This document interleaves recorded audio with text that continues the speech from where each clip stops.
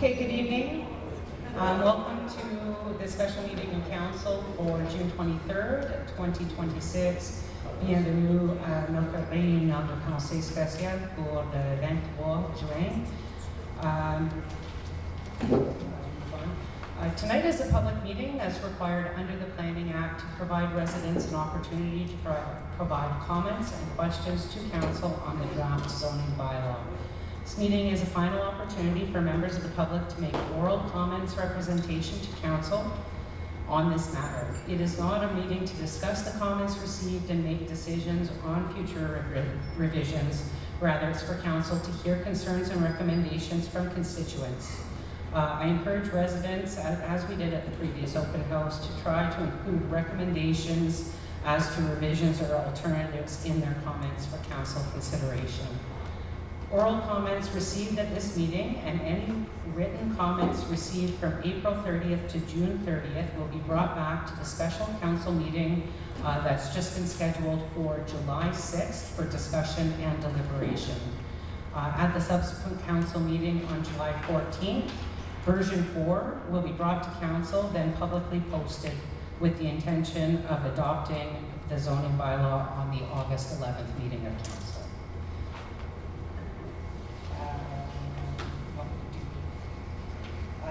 Next, I'll just read the land acknowledgement. Sorry, I probably should have done that first. But, as we meet today, I'd like to take a moment to recognize the importance of the land on which we are gathered. The municipality of West Nipissing respectfully acknowledges that we are located on the homelands of the Anishinaabe peoples, on the traditional territory of the Nipissing, Temagami, and Dokis First Nations covered by the Robinson-Huron Treaty. We honor and recognize their historical connection to the land and value their significant contributions in shaping and strengthening our communities. We do this to reaffirm our commitment and responsibility towards reconciliation and improving our understanding of local Indigenous peoples and their culture. On to number 3, I'll take any declarations of pecuniary interest. Seeing none, adopt the agenda, please. It is moved by Councillor Rivard and seconded by Councillor St-Louis. Be it resolved that the special meeting of council, the agenda for the special meeting of council be adopted as presented. Questions or comments? Okay, all in favor? That's carried. Thank you. I'll now introduce Debbie. Is that correct?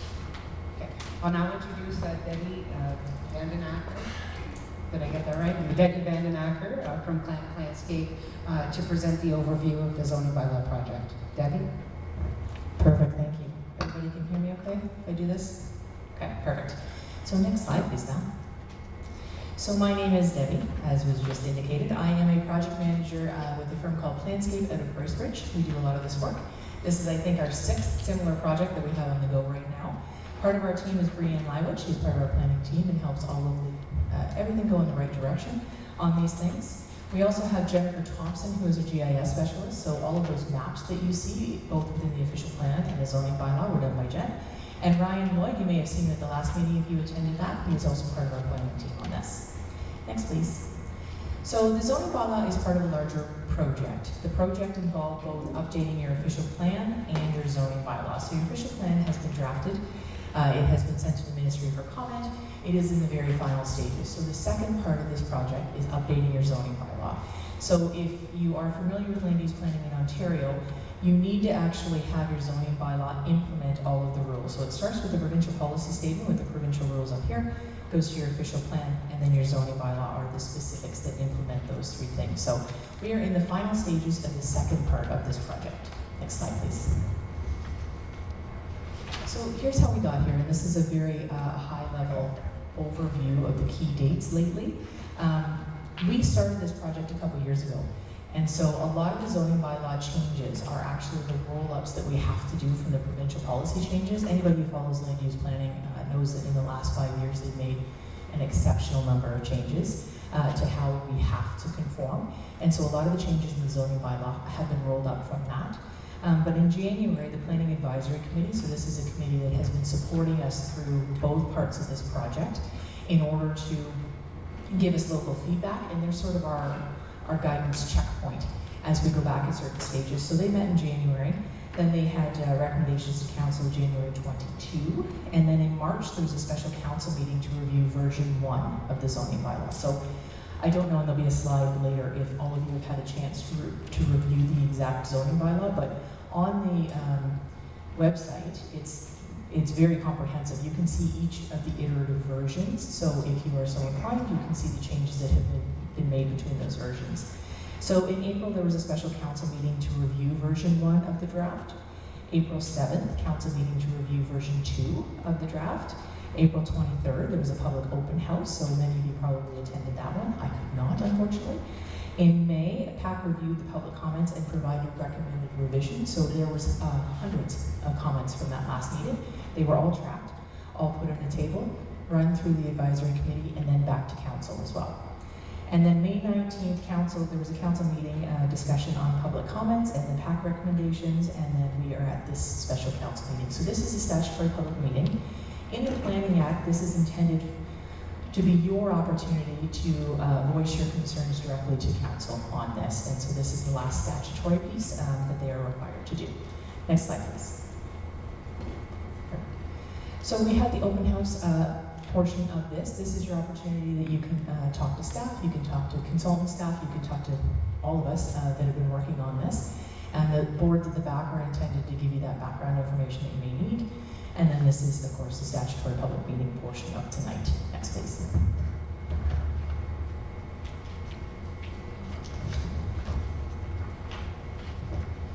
Okay, so the purpose of the zoning bylaw, I mentioned this a little bit before, but this is the brass tacks of the rules. This is where you know how far your house can be from the road, how many parking spaces you need on a certain site.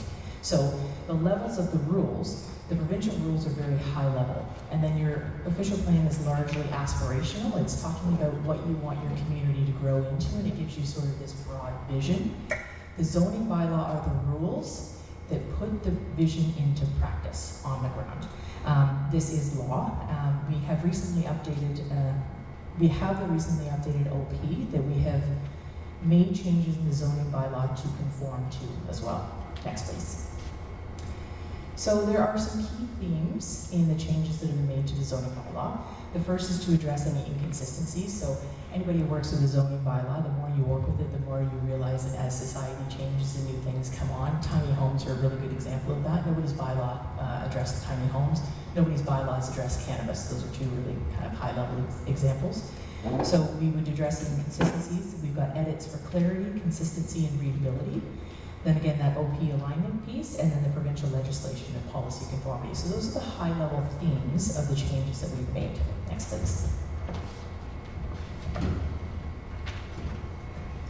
This is the slide that just tells you how to review this. You can go and you can see version 1, 2, 3. You can see the comprehensive staff reports that Sam and Mel have been preparing for staff. They give you a really good summary if you haven't had an opportunity to look at that information. Next, please. So some of the key changes are that we deleted the Crown land zone. It's not needed. Crown land, we don't have to have rules about Crown land. The province has rules about that, so we simply removed it. There are 2 new proposed zones. One is neighborhood commercial. This is to allow compatible commercial and institutional uses within residential areas. I think of these as in other areas. I just described them as small commercial uses. They're the ones where if you want to have a haircutting business out of your front parlor, those kind of small businesses that help everybody and their economy without impacting the neighbors, that would be that no zone. Rural commercial, which is a C5 zone, so it's a commercial zone that's scoped for uses compatible with and supportive of the surrounding agricultural sector. So these are 2 new zones that staff recognized as a need that weren't identified in your zoning bylaw, so they have been added in. Next, please.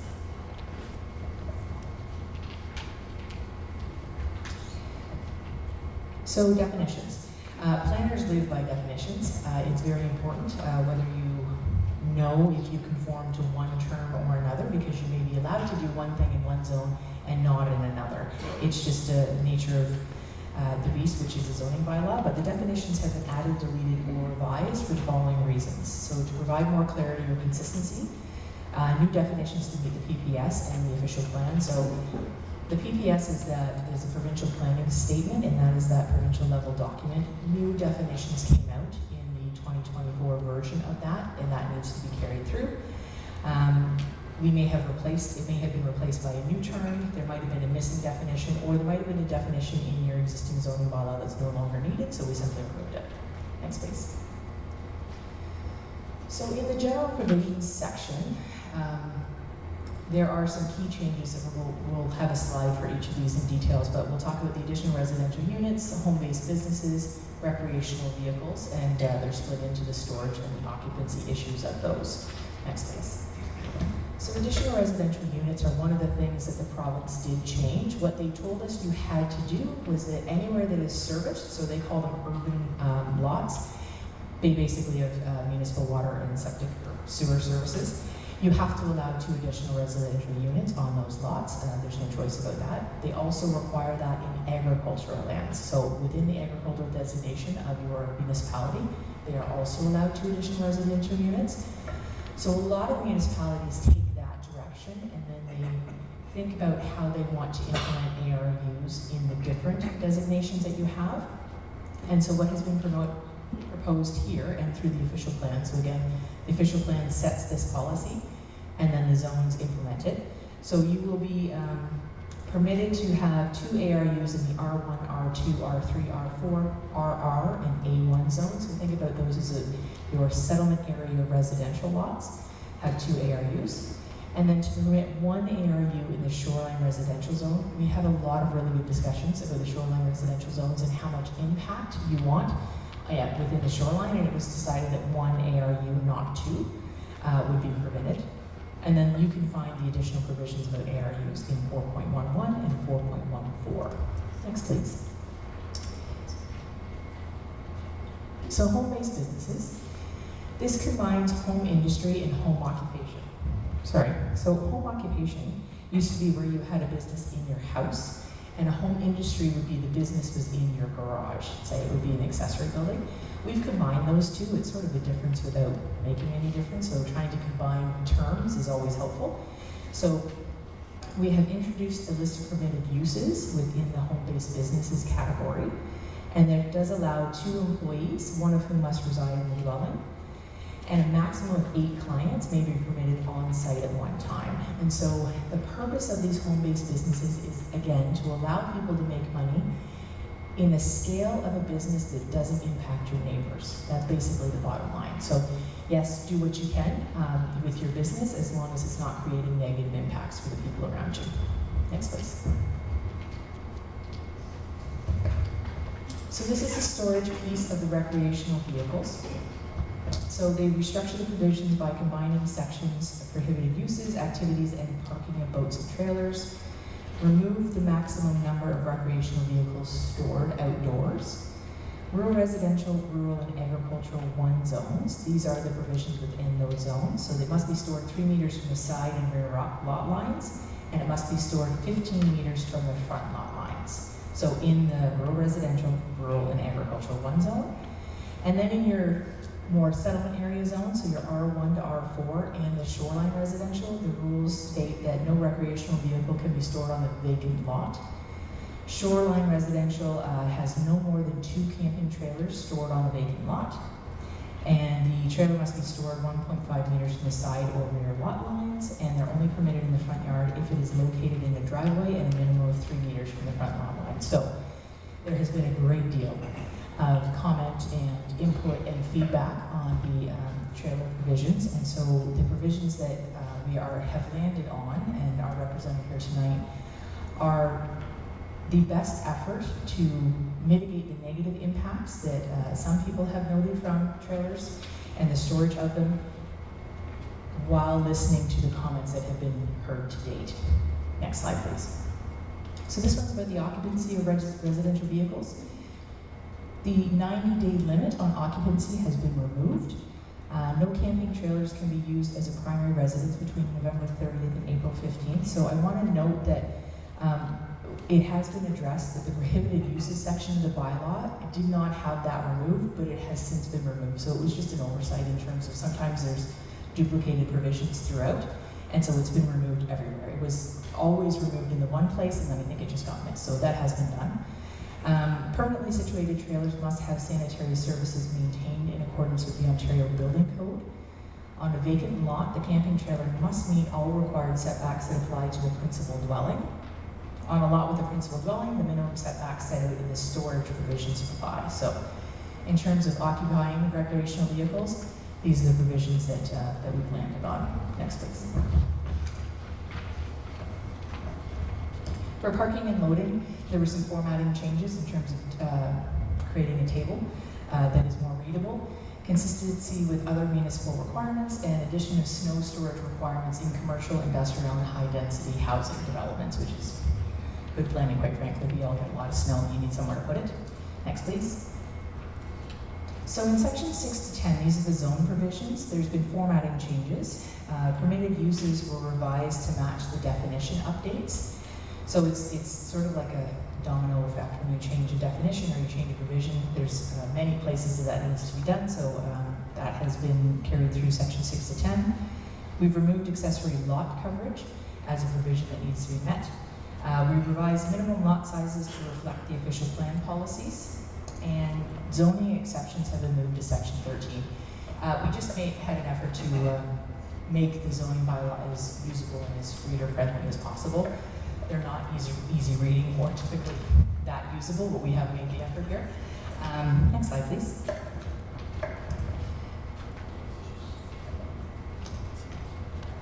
Do it from there because I messed my pages up. Okay, so agricultural related and on-farm diversified uses, these are two terms that needed to be added. Agricultural related uses are basically uses that can be on the farm because they're needed for the farm. And on-farm diversified uses is the province's effort to recognize the ability of farmers to make money from businesses that are not necessarily directly dependent on that farm. So they limit the scale, much like we've done with home-based businesses. You don't want to create businesses that create impacts to the neighbors. So on-farm diversified uses, we don't make these rules. The province has guidelines for this, but on-farm diversified uses are meant to allow these smaller businesses up to 1 hectare in size or 2% of the land area. And again, that's a provincial guideline. So we've added that. Next, please. So we've limited the total area, as I said, to 1 hectare or 2%. Whatever is smaller is what the guideline says. Calculated areas include all buildings, outdoor storage spaces, parking, etc. related to the use, and it sets out a maximum floor area for the on-farm diversified uses and retail. Again, this is all in an effort to make sure that the opportunity for these accessory businesses for farmers is there, and trying to limit the scope and scale so that there's not impact to the neighbors or agricultural operations. Next, please. So these are the project next steps. Submission deadline for comments is by June 30th. If you could, please and thanks. There are comment sheets here. We are happy to write down the comments that we hear. There are notes being taken if you come up to the podium and ask a question tonight as well. The final zoning bylaw will be posted online July 22nd. The mayor read through the different meetings that are going to happen before that happens, before it gets posted again. And then the final zoning bylaw is to be, the intent is to approve it by the August 11th council meeting. So that's it for my presentation. I'm happy to support everybody with questions and answers to hopefully give you either the understanding or the clarity that you need, and to listen to if you've got some feedback. And as the mayor said, if your feedback could please include a suggestion of what you would like the wording to be or what you would like the change to be, that's very helpful to us, rather than just, I don't like the way this is. Absolutely fair comment. We'd love to hear what would work for you if we could get that feedback from you. So thank you very much. Thank you very much, Debbie. We'll now open the portion of the meeting for public comment. Would ask anybody who would like to speak to step to the podium, state your full name and address for the record. These comments will be recorded both by video and also notes made by our staff to be included in the public record as part of the process.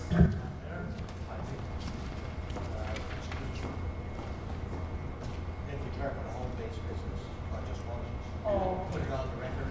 Okay, so Councillor Larrabee is just declaring a pecuniary interest on any topics surrounding the home-based business. I don't foresee us having a lot of in-depth conversation tonight, but I do appreciate that, and I know you'll work with Melanie to make sure that the proper paperwork is in place. Okay, thank you. With that, I will give you the floor, sir. Oh, sorry. If you'll just give me 1 minute, I just wanted Mike Gill and CAO.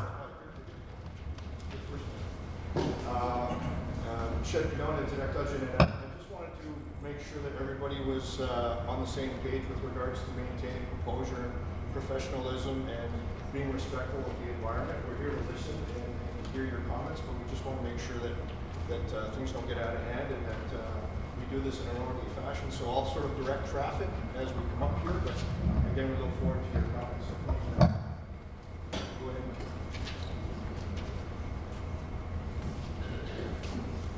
Okay, good evening. Marc Saint-Gilles, 1753 Highway 575 Field. Thank you for coming out today. I know you guys have a difficult decision before you. I am here today. I have been here to every meeting that I'm aware of, except for the few weeks that I was in British Columbia. So do not take my previous absences as agreement to anything. I have concerns regarding comments that I heard online from a previous meeting from one of the councillors that said that grandfathering cannot be allowed because it's a trailer. Well, if it's a trailer, then why do you have the right to enforce a bylaw on it? So on one side you're saying can't grandfather because it's a trailer. And then on the other side, we're going to put a bylaw because it's a trailer. Does not make sense to me. Right now, we're not commenting on the final version. Some things were added. Now there's 2 trailers per shoreline residential as an example. This was just recently added. I'm not commenting on the final version. I'm commenting on what's proposed. I would love to be able to comment on the final version, to be able to see what I'm actually voting for at the next election. So I'm not sure why this is before us today. I don't know if it's because of provincial, the number of trailers, provincial requirements, because if it's, you're looking for revenue from trailers in shoreline residential areas, I'm not sure. But anyway, if it's environmental, enforce those laws. 1 trailer can be much more offensive if the person is a slob than 10 trailers that are taken care of, that go to the dump site and to the sanitary station, who built outhouses conforming with the building code. So 1 trailer can be much more of an issue than 10 trailers. So I've seen a lot of different comments that it's a blanket thing. So you have 1.5 acres, you're allowed 2 trailers. You have 5 acres, you're allowed 2 trailers. You have 1,000 acres, you're allowed 2 trailers. I failed to see how any of the comments were taken into consideration in drafting this. We should be allowed some flexibility. Makes sense that if you have a lot more acreage, you should be allowed more trailers. The property I bought always had, in the last 40, 50 years, 4 trailers on it with approved hydro. I paid $3,000 to upgrade the hydro. There's 4 trailers there. I'm not charging a dime to them. I do not own the 4 trailers. I am not about to buy my brother-in-law's trailer or my sister-in-law's trailer for them to park there. It makes no sense to me. I am fortunate enough that I am above the flood zone. My neighbor, well, 3 kilometers down, is not that fortunate. I want him to bring his trailer up to my lot, where there is 0 risk of flooding. If if I flood, we're all in trouble. I want him to bring the trailers up to me for the winter, only the winter. Charge him zero. As far as I can read here, that's not permitted. And that would help people who are for the environment. But no, that is ignored. I feel that all the comments are being ignored. 2 trailers in a shoreline residential, there's no talk about limits. There's no talk about 1 trailer per 1 acre, 2 trailers, 2 acres. There's none of that. So our comments are being ignored, I feel, as it is now.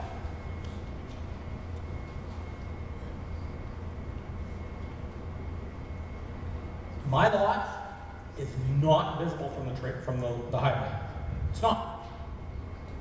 If you go on the river, you can see the trailers.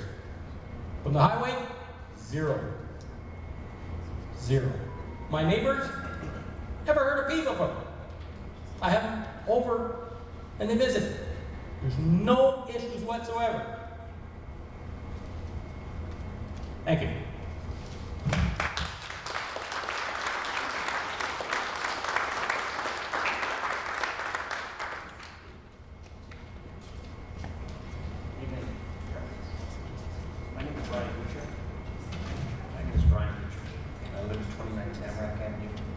And I've got a real concern about your home-based business portion of the bylaw.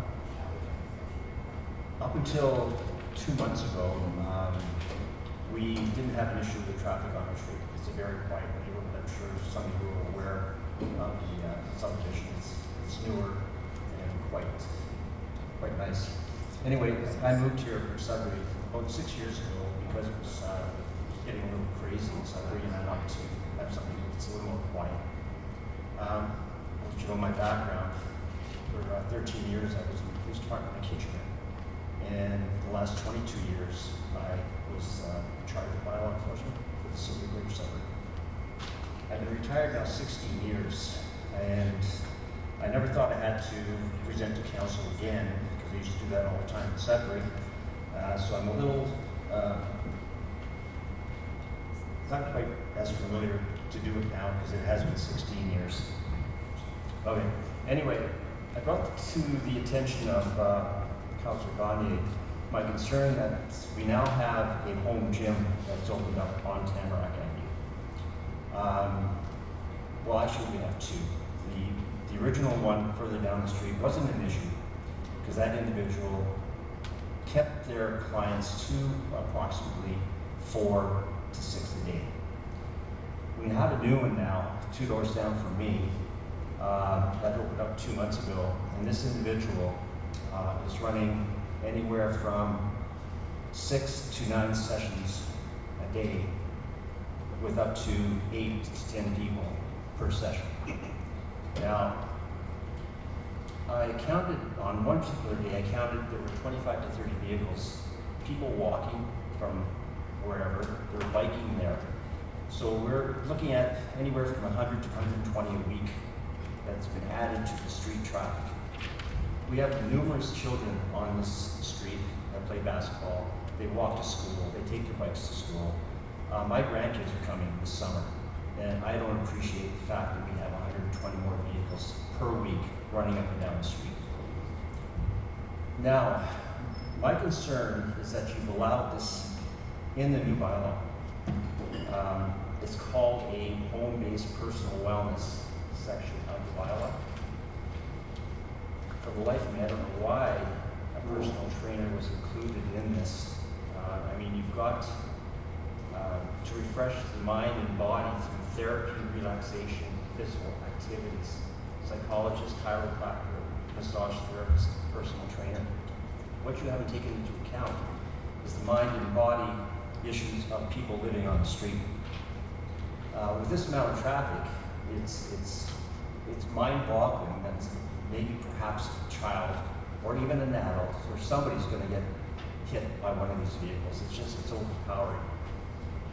And another part of this section in this bylaw, or there's actually several, but they're proposing to allow 8 clients on the site at one time per session. Now, if this individual is having 7 hours a day, it's probably not going to operate 7 hours a day, but even a half-hour session in those 7, it's 14 sessions per day. Times 8, that's 120 vehicles a day. That's ludicrous. It's ridiculous to allow that many people to do this. And obviously this individual bought this house with the intentions of operating a home gym business to make money, of course. I don't mind that, everybody has to make money, but when it comes to the point where it could be a safety issue for the children and the adults or whoever's on the street being hit by one of these vehicles, I think it's a concern for all of you, and especially me living on the street and my neighbors who I've spoken to. They have children, they're concerned. I don't have my children here, but I'm getting my grandchildren. My children are all grown and gone, so I'm getting my grandchildren now. And I will not be very pleased if you allow this to continue. And I know you're looking for a solution for this. I used to work with the legal department to write this violence and enforce this violence. And what you've written here is not enforceable. Under the zoning act, or bylaw, I should say, you cannot get into a dwelling to check how many feet he's using per session or how many people are in there. You cannot go into somebody's dwelling. The only way perhaps you may control this is, first of all, not allow this in an R1 zone. I know in Southern they don't allow it. It's just not allowed because of this situation. We've got noise.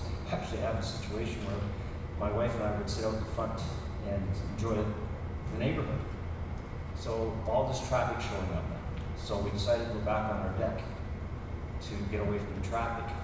Well, this individual, because of the warm weather, is opening up his garage doors. That's where he's set up, by the way. He's double attached garage. He opened up some doors, and we're sitting in the back deck, and all we hear is this thumping music for the clients, as well as him yelling instructions. So we're like, this is crazy. From 4 to 7 o'clock in the evening, we hear this. It's ridiculous. So you're looking for a solution? My solution. Do you have a licensing bylaw, by the way? I'm not sure. That's a solution. If you have a licensing bylaw, you would license this individual and be able to get into the dwelling to measure that's another part of it. I have to bring that up.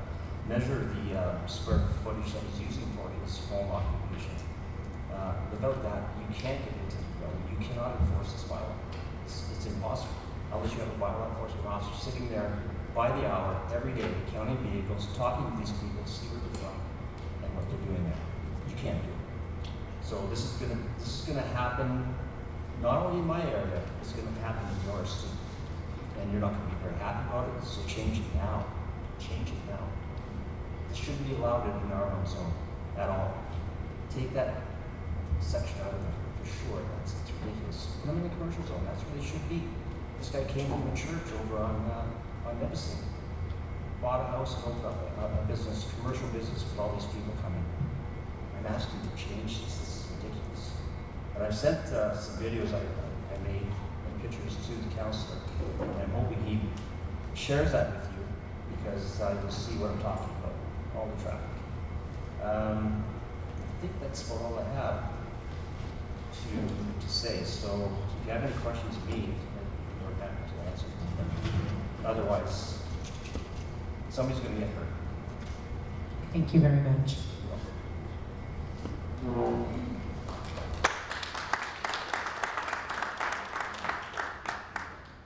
I need to do it 66 Tamarack.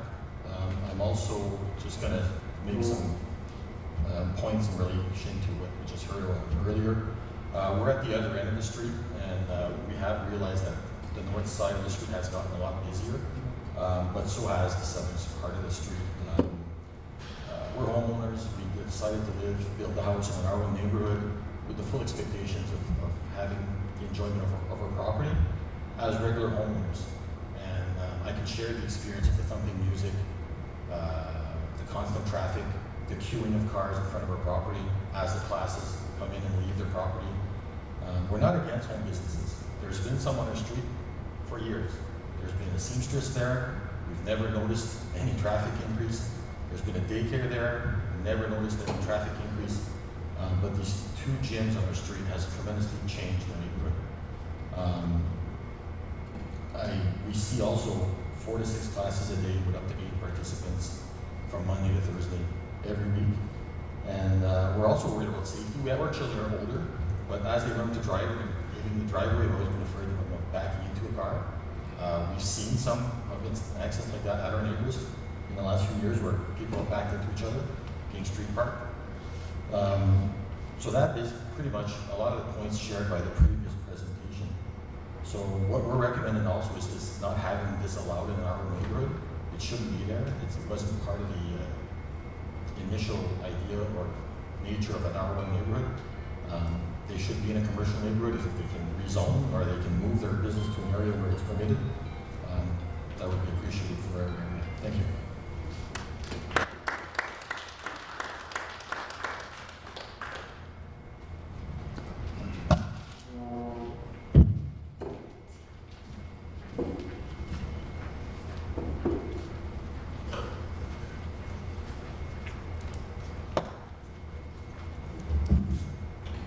Apologize now, this one's a little long.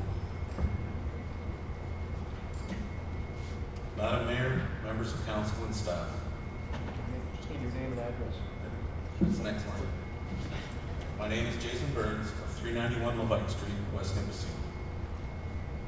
I'm here as a resident, community advocate, and a taxpayer who's dedicated a significant amount of time to reviewing this proposed bylaw amendment.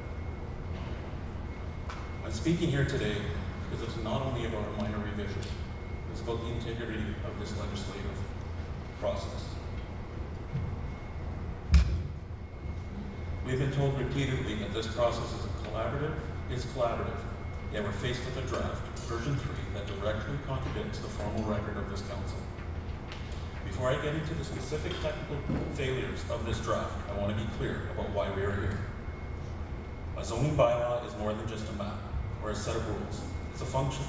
It's a foundational contract between the municipality and its people. It should be built on stability, logic, and mutual trust that our local laws reflect our local reality.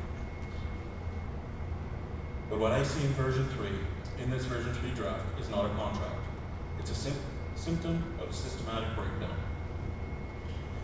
It is a document that has been fractured by administrative haste, stripped of public oversight, and allowed to drift into a state of structural instability. We aren't looking at just a few bad clauses. We're looking at a document that has lost its moorings. In the May 27th staff report, the report explicitly recommended an exception allowing for temporary trailer occupancy for up to 21 consecutive days as a necessary compromise. However, this provision was not removed through a deliberate policy debate. It was unintended casualty of a rushed, imprecise administrative process. During the June 1st, 2026 special meeting, a motion was introduced to remove trailer quantity limits, a separate issue entirely. In the high-pressure scramble to advance the agenda, the 21-day exception clause was swept away in the same informal show of hands vote, despite serving a completely different regulatory function. This oversight is the textbook example of why rushing complex zoning updates is dangerous. When council is forced to vote on omnibus sections without a clear cause-by-cause analysis, critical stability mechanisms are discarded by accident. This accidental deletion has created a devastating regulatory vacuum. By stripping the 21-day threshold in a rushed, improvised vote, the current draft now interacts with section 6.2, the general prohibition, to effectively ban the use of personal trailers for sleeping or eating on private property in multiple zones. 6.2 reads, no person shall, within any residential zone, use any land, erect, alter, or use any building or structure, except as specified hereunder, and in accordance with all other applicable provisions of this law. Essentially, it says, if it's not in here, you can't do it. Is it the official position of this municipality that residents are now prohibited from using their own trailers on their own property due to a clerical oversight during a motion to remove quality caps? And if not, Where's the text in this version that gives us permission for temporary use? Now, beyond the specific language of the draft, I must address the process that has led us here. We have witnessed systemic record-breaking refusal to engage in fair planning. Throughout the first 6 months of this year, members of this very council have had to formally intervene, not once, not twice, but 11 times, to plead for this process to be slowed down.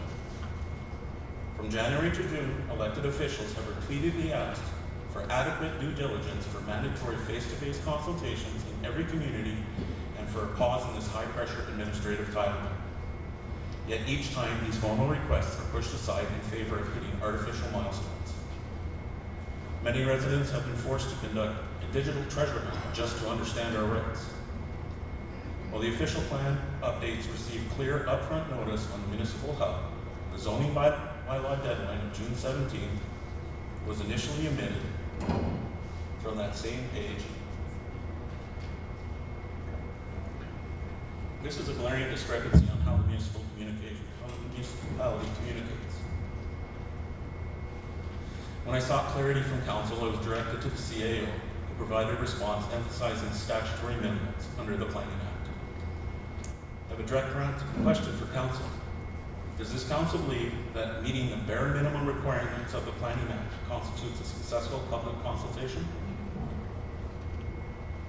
Or does it believe that in a democracy, governing standard should be accessibility, clarity, and genuine engagement for every resident, from our elderly neighbors to our busy rural farmers? I ask this because I've seen firsthand how these statutory minimums are used to deflect valid community concerns. On June 9th, I reached out to an elected representative to point out the structural timeline gaps in the backward order of operations for this very meeting. I sought an open dialogue with council on how to ensure a fair playing field for our residents. Instead, that inquiry was redirected to the CAO for an administrative response. To ensure everyone is fully informed, on June 15th, I forwarded that entire email exchange to the mayor and every member of council. I wanted to share the reality of what happens when a taxpayer tries to engage their government on these issues.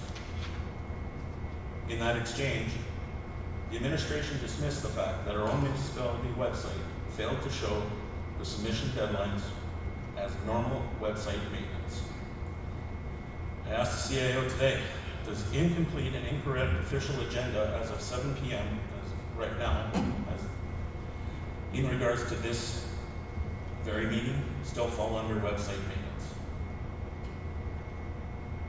I respect the roles of our staff and our council members, but I believe we have a fundamental disagreement on the standard of service our community requires. Expecting property owners to adhere to strict compressed deadline while the municipality's own calendar fails to show a meeting exists is an operational failure, not standard maintenance. When I asked for a common sense delay, a 2-week period following a formal presentation so we could actually digest the material, I was told it wasn't statutory. Now, we have been told by staff that a full-scale public consultation is unnecessary because of a consensus from 2019. To suggest that 2019, 7 years ago, provides enough information to draft our laws today is an administrative failure. The world has changed significantly since then. We have navigated a global pandemic, experienced unprecedented migration of families to Northern Ontario, and seen our population boom. We do not have the 2026 census data yet, and our 2021 census data is already outdated. Conservative estimates, even before factoring in the recent relocation surge, show that our private dwellings have jumped from just over 7,000 to around 7,400. If we look at the projections from World Population Review, our current population is estimated to be over 17,000 people. This is a potential increase of nearly 3,000 people since the last official numbers. On the record, we have heard repeated requests for these consultations from Councillor Ferran, Councillor Pellerin, Councillor Larrabee. We've heard multiple times from Councillor St. Louis and Councillor Nickel calling to defer these sections to the next term to ensure legislative integrity for long-term community stability. We cannot base our future on the ghosts of a 2019 consensus when our community has grown so much. We need current, ground-level data from the people living here today, not outdated files from a different era. Yet now, with all these warnings, here we are. The evidence is in front of us, and I lost my spot. We are here, all the evidence is in front of us, and we're standing in the exact place none of us wanted to be. We have seen 11 requests from sitting council members pleading for this process to be slowed down. We have endured a total lack of transparency, no real structure for public notification, and we've navigated cycles of rushed and canceled meetings. We have even had to contend with YouTube audio failures during critical public sessions, and a now you see it, now you don't instability where key regulatory text disappears and reappears between drafts. Nowhere of it is the danger of rushing more apparent than in the two items that have received the most public scrutiny, the 21-day occupancy rule and the winter usage bans. These provisions were not just complex, they were a focal point for the trailer regulations, yet they become a disaster of an administrative process. We watched as these clauses were drafted, removed, and reinserted into a chaotic scramble. And yet, despite the clear, persistent calls from both council and public to slow down and ensure these were drafted correctly, those warnings were dismissed.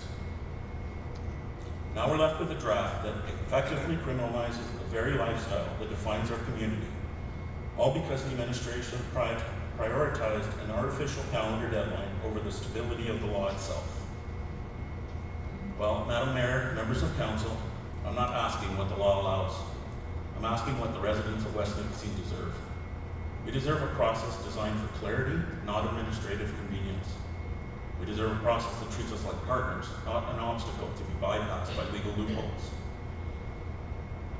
My request to council is this: do not treat this as a rubber stamp exercise.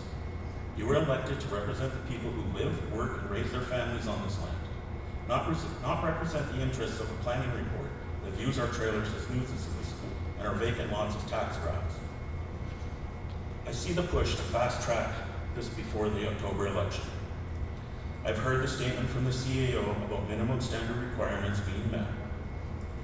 I've watched Councillor Banley's silence that speaks volumes when I should be speaking for the taxpayers of this community. I've heard Councillor Restoul's rhetoric in chambers that attempts to shift the focus away from the negative consequences this amendment will have on our community, referring to the passage of time as if it alone validates this policy. We're debating our future of our land, not a calendar on the wall. And I've heard the mayor's persistent push for urban-centric blanket rules that ignore the reality of our rural geography and lifestyle. Madam Mayor, you campaigned on fairness, common sense, collaboration. I ask you now, where is the unity in the community? Under Ontario planning frameworks, the zoning bylaw must legally conform to the parent official plan. By systematically ignoring calls for consultation on this zoning bylaw, this administration has undermined the validity of the concurrent official plan project. You cannot claim to have a valid, legally stable official plan when the very public process required to shape it has been fractured and bypassed to hit artificial calendar deadlines. Let me be clear. A rush to the finish line is not a substitute for good governance. If you choose to ignore the concerns of your constituents just to get this done before the voters head to the polls in October, you're sending a loud, unambiguous message about exactly whose side you're on. Freeze this process. This means an immediate administrative stay on all current zoning bylaw timelines.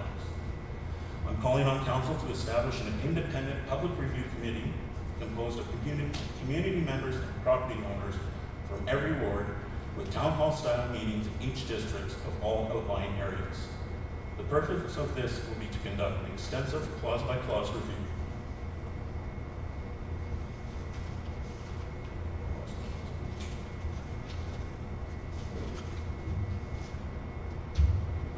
This committee must be granted the time and mandate to cross-reference every proposed regulation against our actual northern lifestyle and land use needs. Give us the transparency we have requested and deserve. Work with this committee to build a bylaw that respects our reality rather than trying to erase it. Thank you for your time.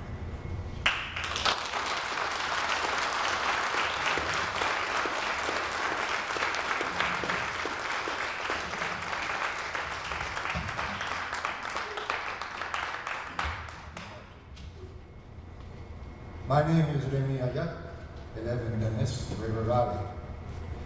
I have a question for you, but before, it won't take long. I'd like to say something personal. At one time, 2 guys came on my property. I asked them to leave, they wouldn't. So I escorted them to their car, a little rough, but not to the extreme. Sure, I was charged common assault and bodily harm. After 3 hours in the courtroom, the judge came with a decision. And I'm going to use the same words that he did say that day. A man can go anywhere. At the first demand, you have to leave. A man is king at his own home. Then, my question is, in the trailer bylaws, where is justice? Because the judge was just, not justice. Where is the justice in those trailer bylaws? Thank you.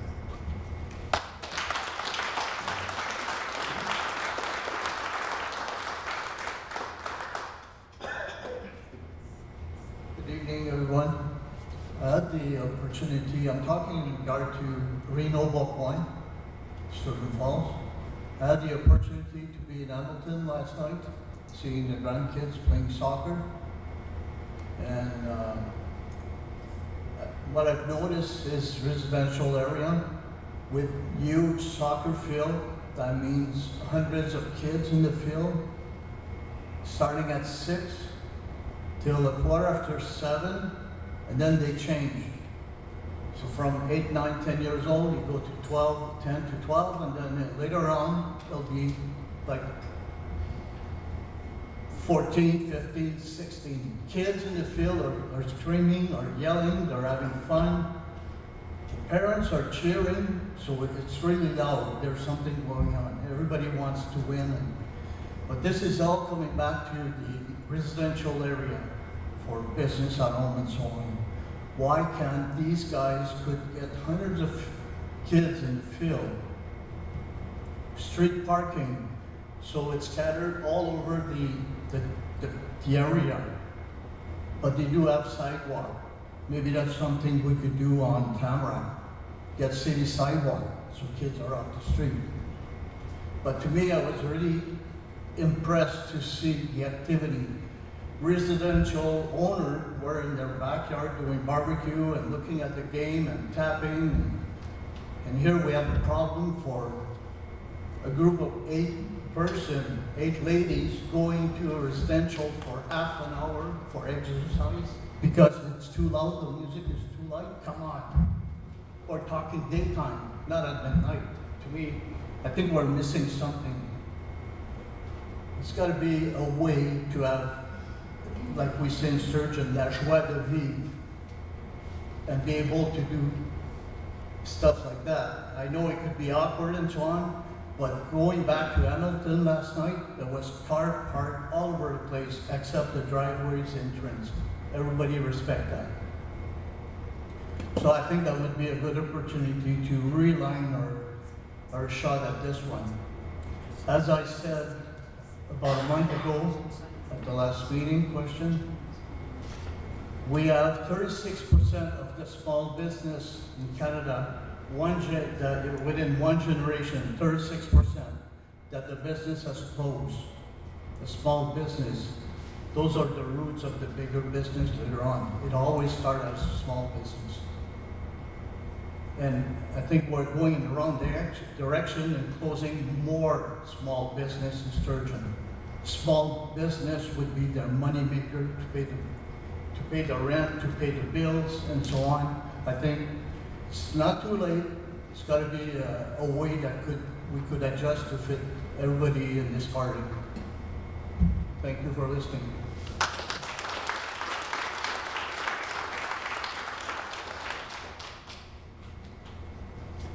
Good evening, my name is Steph Fantoff. I'm actually not a resident of West Nipissing. I'm here on behalf of the West Nipissing Sudbury East Federation of Agriculture.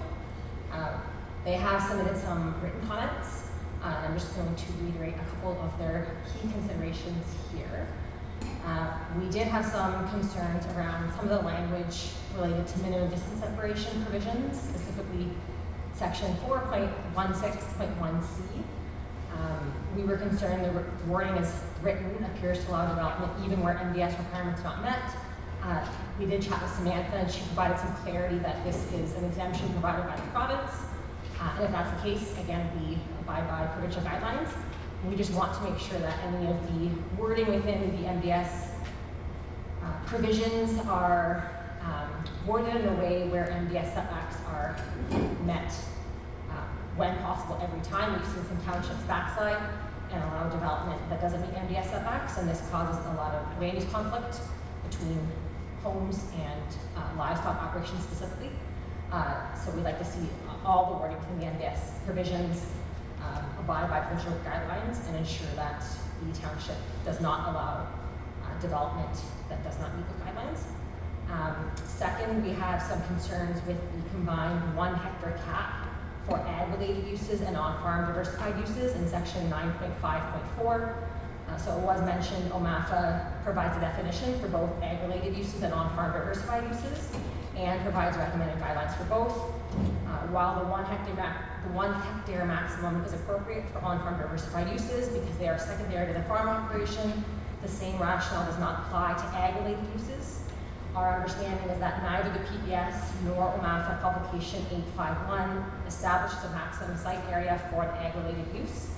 And we are concerned that the combined cap in the zoning bylaw for ag-related uses will limit the development and growth of businesses that are necessary to support the agricultural sector.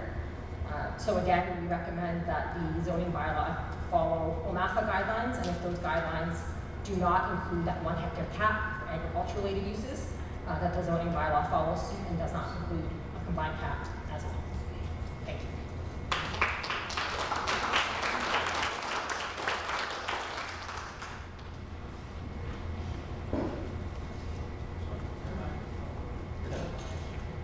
You're up next.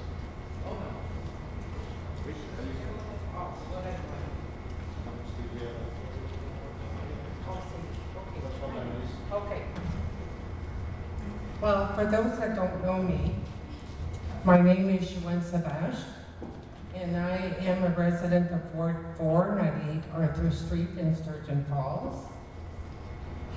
The reason that I'm doing a presentation today is I just want to make sure that council recognizes the realities of West Nipissing residents pertaining to the northern and the rural lifestyle. We can never lose the focus on the current and the well-being need of the residents. You as council members do have the authority and the ability to make decisions for the well-being of our residents and making sure that there is well laid out policies. Keep in mind that when you adopt blanket bans, you take away from responsible and reasonable landowners. Now, I think I heard at the beginning from the presentation that there was a revision of the draft, and if there were duplication, the duplication was removed. When I was reviewing the final draft that's before us, you had a land use that prohibits the use of campers from November 30th to April 15, unless it's in a trailer park. And that was under section 4.24. Under 4.26, you have the occupancy use of campers. And here it says, no camper trailer shall be used as a primary residence in any zone between November 30th to April 15 of the following year. So there's two different choices here. And as written, there is room for interpretation and definitely potential problems for enforcement when it comes to disputes. My recommendation would be to remove both clauses completely from the drafting bylaw. Sorry. And the reason why I would say remove it, as I identified earlier, when you start banning, you're imposing restriction. Restriction on people and restriction on their land use. I'm not sure if members of council are aware, which everyone should be. Throughout the years, we've seen many people struggle for the lack of housing and affordability. At the previous consultation, there were individuals that did come forward and they said they had no choice but to live in their camper. That was the only housing accommodation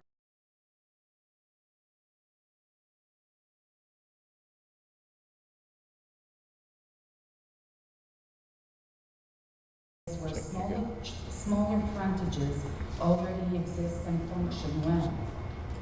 These large frontages limit attainable housing and do not reflect the reality of our lot fabric in our area. The original Crown-granted lots in this region were narrow and deep. They were designed so families could settle along the road. The pattern still exists today. Along Roulard Road, Dutrasac Road, Canal Road, and Nipissing Street, long-established lots have frontages far smaller than the 60 meters, and they function perfectly well. Large frontages are not required to maintain rural character. Our own history proves that. The 60-meter requirement does not match the existing lot pattern in many rural areas, especially near Sturgeon Falls. With the rising needs of housing, young families looking for attainable options, and long-term plans for future servicing, the standard is no longer practical. Frontages in the 30-meter range would use land more efficiently, support attainable housing, maintain rural character, and make future servicing more feasible. This range reflects what already exists on the ground in some areas. Septic systems and wells need adequate land area, not excessive width. Yet the draft bylaw doubles frontage and lot area requirements for RR and rural in compared to R1 and R2 on the same service types. This is not supported by service logic and it creates unnecessary barriers. The Committee of Adjustment has approved multiple minor variances, reducing frontage and lot area in the rural zones. These approvals demonstrate that smaller lots function well, fit rural character, and do not create servicing issues. The new bylaw should reflect what is working already.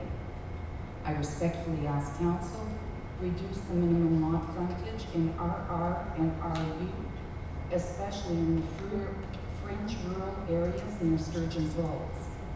Align frontage standards with historic lot patterns and modern housing needs. Support development that makes future servicing expansions more feasible. Allow rural landowners to create reasonable new lots without unnecessary barriers. Reducing frontage is a practical, responsible step that will support rural families, increase housing opportunities, and strengthen our municipality for years to come. Thank you for your time.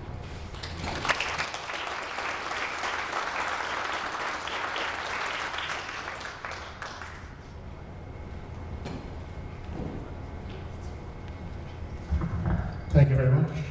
Sir Turgoy, 153 Garden Village Road. I'm not sure what the heck is going on, but I just, like these things that come out tonight, are these mandated through government? Like every single one of them are mandated? Like the number of trailers, the septic systems, they're not mandated? Then I guess the only question I have is that we've had like 4 meetings like this now, and we've been telling you guys what basically we want. Is this a negotiation, or do you guys work for us? We elected you guys to do a certain job. You came up with this, which is great, but we're telling you we don't want this shit. So just throw it away, stop the negotiations, and let's move on with their lives. Let me do what I want to do with my property. Thank you very much.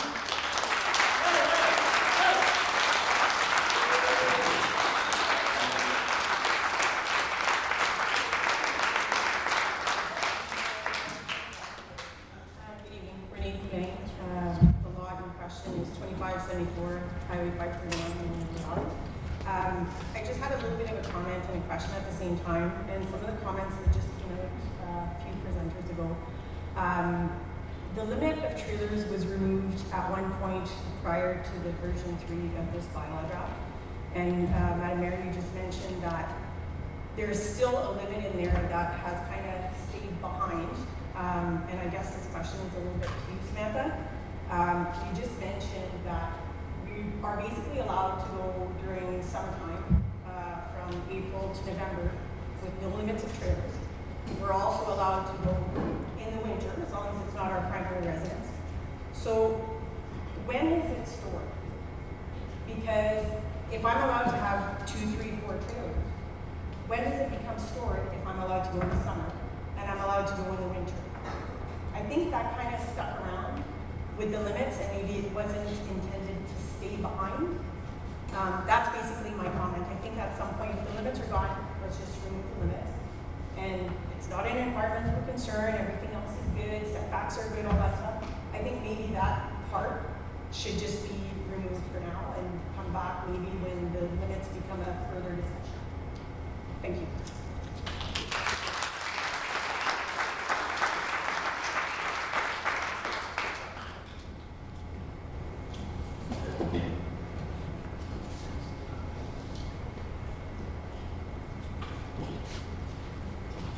Leaning to 66 Tamarack, and it's just I want to bring some clarity to some of the points that I've heard this evening.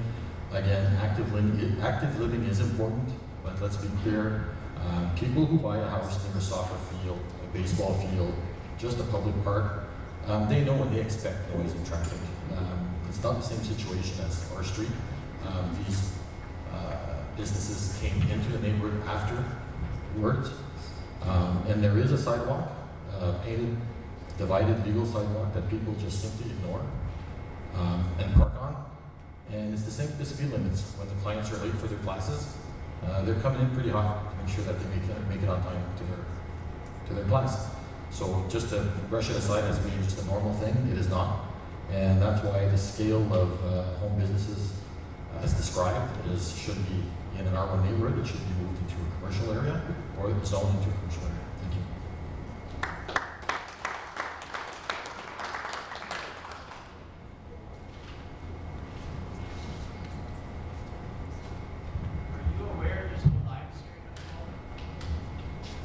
It's on, there's no live stream, we're just recording.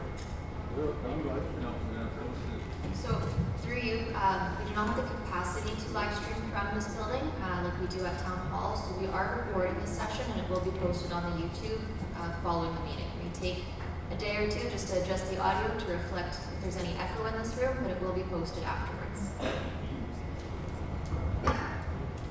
Denis Bonin, 249 Canal Road. I have a few comments, questions, statements. It seems to me in the last few years, this council has been chipping away at taxpayers' property, legal property owners on our rights, for chipping away at the joie de vivre, like joie de vivre, but I don't see it tonight. There's like a pushback on this council.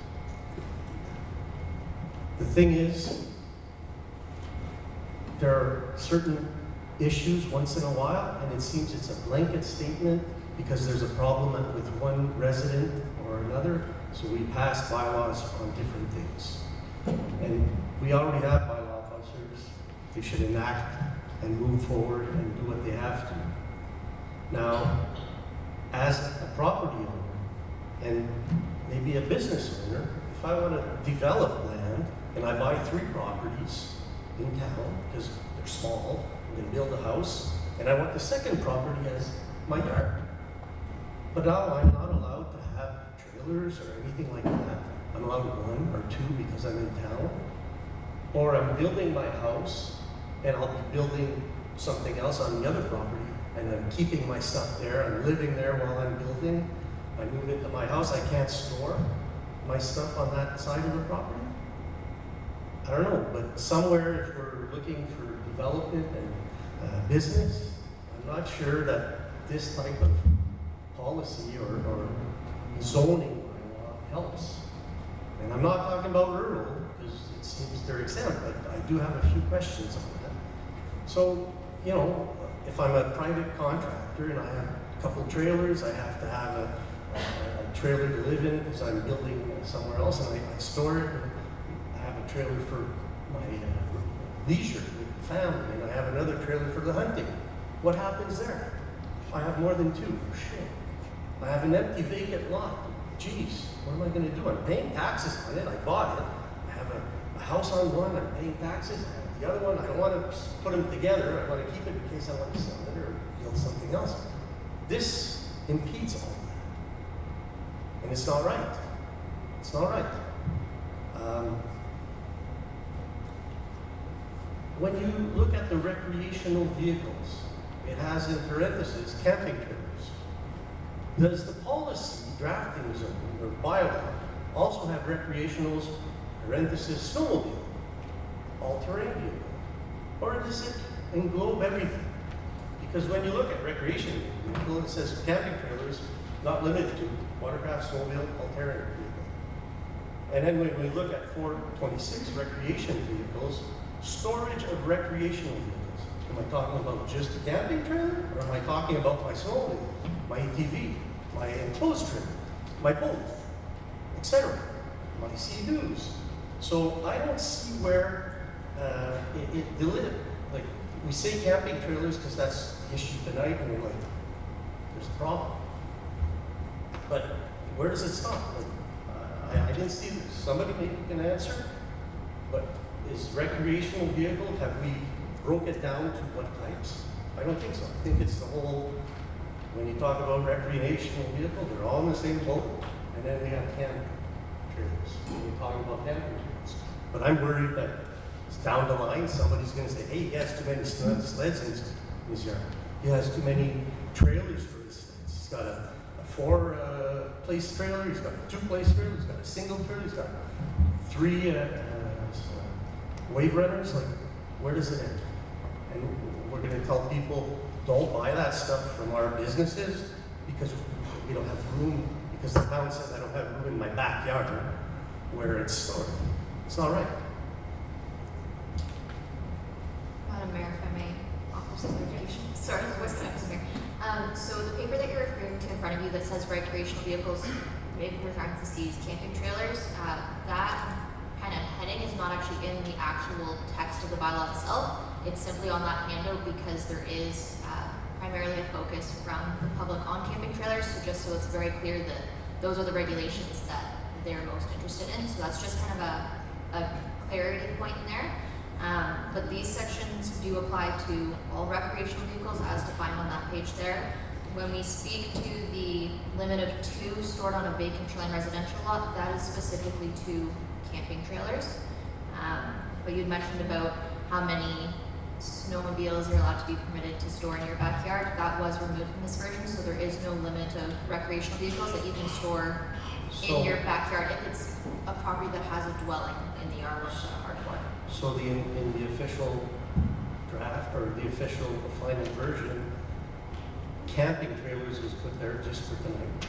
Yes, those regulations that you have there are what's in the bylaw. It's just the parentheses and the heading is not in that bylaw. That's right. So in the bylaw or the final draft or whatever's gonna go through, when I say recreation vehicle, how do you know if it's my trailer, if it's my snowmobile, if it's my boat, if it's just trailers that I have, because I have 4 kids and they don't have room at their apartments or where they're renting, and they're gonna park it over the winter at my place. Or if I'm at camp and I have a shoreline, but my setback, the shoreline's there, the cottage is 150 feet from the shoreline, and I have space at the back, how come I can't put 3 trailers for the winter there? Because it says here you're not allowed, and then somebody's gonna call it in. Which section are you referring to that does not permit that? Well, that's a shoreline residential. So You cannot store more than 2. You cannot store more than 2 camping trailers on a vacant shoreline residential lot. If you have your shoreline residential lot and you have a cottage there, there's no limit on your recreational vehicles. So there's no limit on the number of camping trailers I can put on my property shoreline to store over the If winter? you have a dwelling on the property. So if I have a cottage on my property, If you have a cottage on your property, there is no limit, provided that you're meeting the setback requirements that Yeah. are set up here, yes. okay. But if I live in town, if I have a fourplex and my tenants each have a trailer, how does that work? So there's still no limit for the number of trailers. It's the regulations that the recreational vehicle needs to be owned by the owner or occupant of the lot, so your tenant. It has to be in good repair. It can't be closer than 1.5 meters from the side and rear lot line, and if it's in the front yard, it has to be in the driveway. So you can't have it just parked right across the front lawn. So when it says we shall have a limit of 2 camping trailers stored on the lot, So that's no recreational vehicle shall be stored on a lot which does not contain a principal dwelling, except for shoreline residential, which has a limit of 2. comes back to the statement I made where I bought more than one property, and So I'm that's- using that property, it's vacant, and I have lots of room and developing the land, and then, so there's a problem with the bylaw. So, and if you're gonna be investing in this municipality, in this town, and you're trying to develop it, don't put things like that to impede it.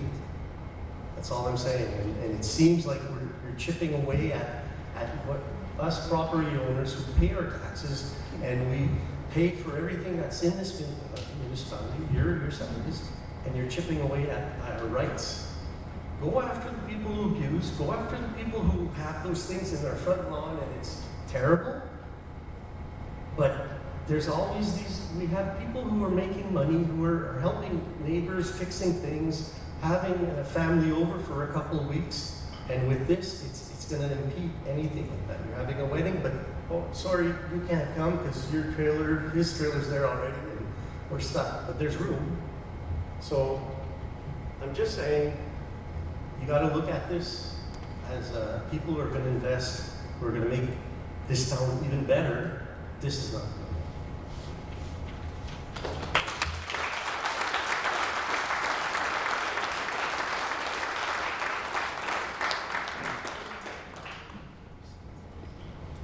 Madam Mayor, members of council and staff, my name is Brian Cotty, and I reside at 29 Cameron Court in Sturgeon Falls. Just a couple of points for clarification and maybe one comment. And I'm going to start off, Debbie, I just want to make sure I understood at the outset when you spoke of the next steps. My understanding is that on July 6th, council will be deliberating on the comments that they have received. Probably those that we've received in the past, in addition to those that are provided today. Following that meeting, a 4th version of the zoning bylaw will be prepared, and the hopes are that by August, a new zoning bylaw will be adopted. I note in section 4.26.2 an occupancy of camping trailers in version 3. There's only 4 criteria, so there's nowhere in that section does it stipulate the number of trailers. Correct? Yeah. So my understanding, and I mean, I followed the issue this winter, and at one point there was some discussion about the number of trailers that could be permitted or would not be permitted on the site. But what we're discussing today in this version, there's absolutely no limit. There's the 4 criteria. In the event that council continues its deliberations, as you mentioned, and additional criteria is added, will there be an opportunity to provide more feedback from the public? Or are we going to be looking at the very onerous process after an adoption to go through the planning? So I put that forward for council's consideration. Points of clarity, I think the speakers just before me were bringing the points of the storage of camping trailers, and I'm going to use the example on a seasonal residential or shoreline residential lot. My understanding, and I think you clarified it just now, is that you're allowed up to 2 if there is a dwelling on the site, or a seasonal dwelling, if you wish, on the site. So you're allowed 2 camping trailers to store. If there is a dwelling on the property, there is no limit. If it's a vacant shoreline residential, that's where that limit of 2 camping trailers comes in. Okay, just bear with me. Just bear with me. So I'm looking at 4.261B. It says the outdoor storage of recreational vehicles is permitted on a shoreline residential zone, provided that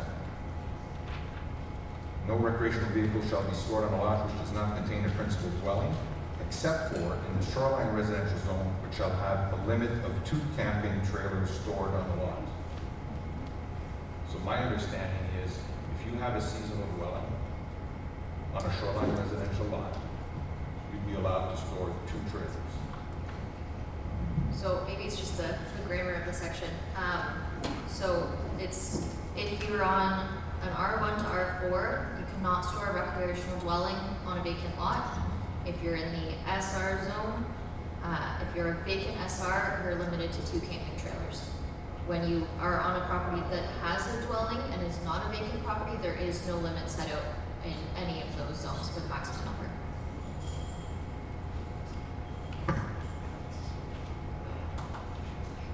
But unfortunately, I don't see that clarity, but I'm going to take your word for it, because I agree with you.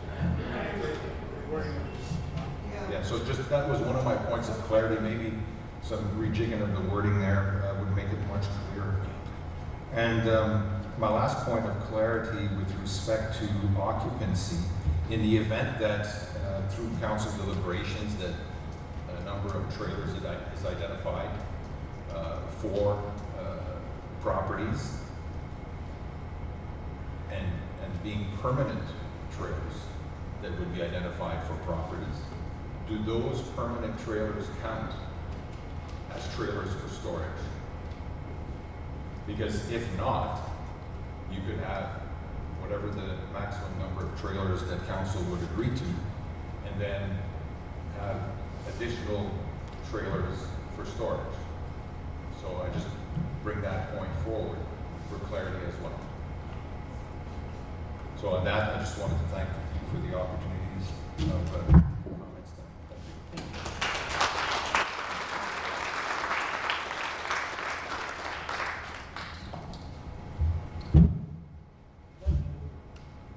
Just say what I want to say. What I want to say there is maybe to help you guys. My name is René Boboin, live in Prison Falls here. I can't count how many open houses I went to in forest management, land use for life, comprehensive planning council.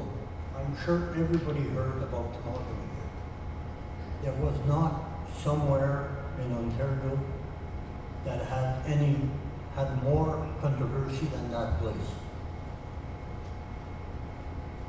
In those open houses, I would have never told the minority that were organized. But they were. If I would ask how many comments you had in regards of how many campers you're allowed in a yard or on a property, do you keep the count of that, or you just weasel here and there, and that's not being organized and that's giving you a hard time to manage. Forest management planning, controversy. The people in this yard, in this room, are your boss. Because you work for the taxpayers through voting process. Now, having said that, I just don't know how organized you guys are, but it seems to be to have, what's the perfect word? A little gap between what's being said here and how we process with it. Keep that in mind. Keep a good scoring at every open house, because every open house, and like I said, I just can't count it. I would walk and look in there. We had so many comments about this, so many comments about that, and plans for life. That was to decide what can happen in a certain area in Ontario and not here and here. I'm sure nobody remembers all that. A very extensive process. Temagami was the pilot project to get that going. But you have, the more people there is, the more organized you have to be.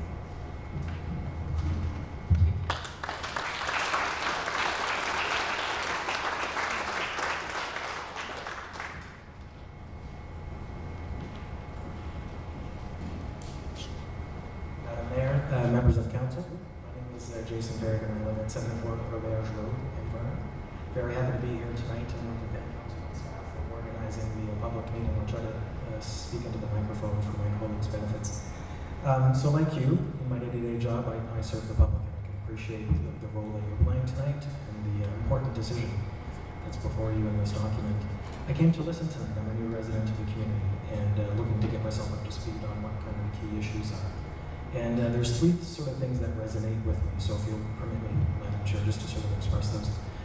On the question relating to legal nonconformity, if council has not received a legal opinion on that question, I would encourage it to do so before making a decision on that particular aspect of the zoning bylaw. My understanding of Section 34 of the Planning Act is it relates to the regulation and the use of land, including buildings and structures.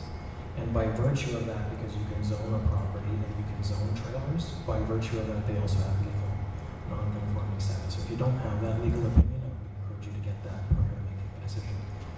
The second question that I have is the timing of the decision relating to the official plan project. And I'm not up to speed on that project at all, but has the official plan been approved by the Minister of Municipal Affairs and Housing? We've had the draft had been submitted to MMH. We've received the comments back. Council has reviewed the comments received by the Ministry of Municipal Affairs and Housing, made some changes according to the suggestions from MMH and other ministries, directed staff to push back on some other pieces, and that was approved at last meeting. It's coming up. The final official plan for adoption has been posted, the final draft. The schedule is for the official plan to be adopted by council at the next council meeting on July 4th. So we spoke of it at our last council meeting, made some direction to staff to either make some changes or keep the draft as we had submitted it despite the ministry comments, and that will come back for the official kind of gathering on it on the 14th. Okay, so it's proceeding as it normally does. Okay, so the reason that I ask is I'm wondering about the nature of the decision in August, because Section 24 of the Planning Act says that council can't pass a bylaw that doesn't conform to its plan. Your plan isn't in effect yet, so I'm presuming that the decision in August, the recommendation from staff will include transition provisions perhaps that will allow the bylaw to come into effect once the official plan comes into effect. I'm looking at Debbie perhaps for confirmation on that. Yes, okay, thank you. And then the final point is just sort of listening to the discussion around trailers. This is one of the most complicated land use planning issues that a municipality can grapple with. Certainly many municipalities in Northern Ontario are having very similar conversations, as council knows and members of the public know. And I'm not sure where this conversation is going to go, so this is just more just sort of a helpful kind of hint or tip or trick for council when you get to that point in August is, council does have the ability to say yes to the bylaw, it has the ability to say no, and it has the ability to say yes or no to different parts of the bylaw. So perhaps if there is a community consensus around the change, by the time the bylaw comes around for decision in August, council does have the ability to defer that component of its decision and allow all of the other items in the bylaw which aren't subject to as much public debate as that particular aspect is to proceed. So just a point of information, and hopefully that's helpful in the future. Thank you.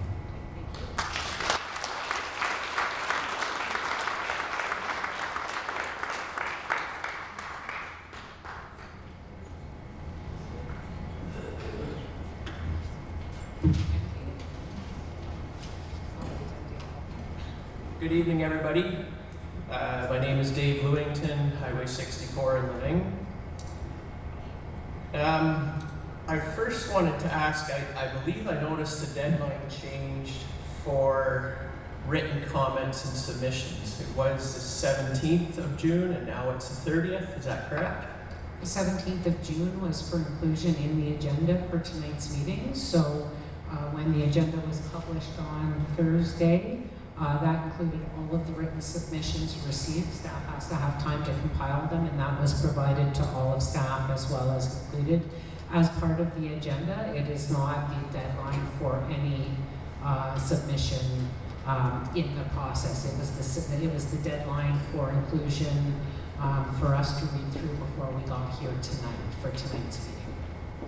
Okay, thank you for clarifying. I think it's important because there was the way it was worded caused people to think that the deadline for any written submissions was the 17th, and the clarification that they can still submit written submissions after the information tonight is important, so thank you. I have a couple of questions. The AMPS system that the municipality recently implemented, will that be used to collect fines on any portion or any provisions that are in this zoning bylaw? The zoning bylaw, it does not currently fall under the AMPS program according to provincial legislation. So the zoning bylaw is enforced through the Provincial Offences Act. Courts.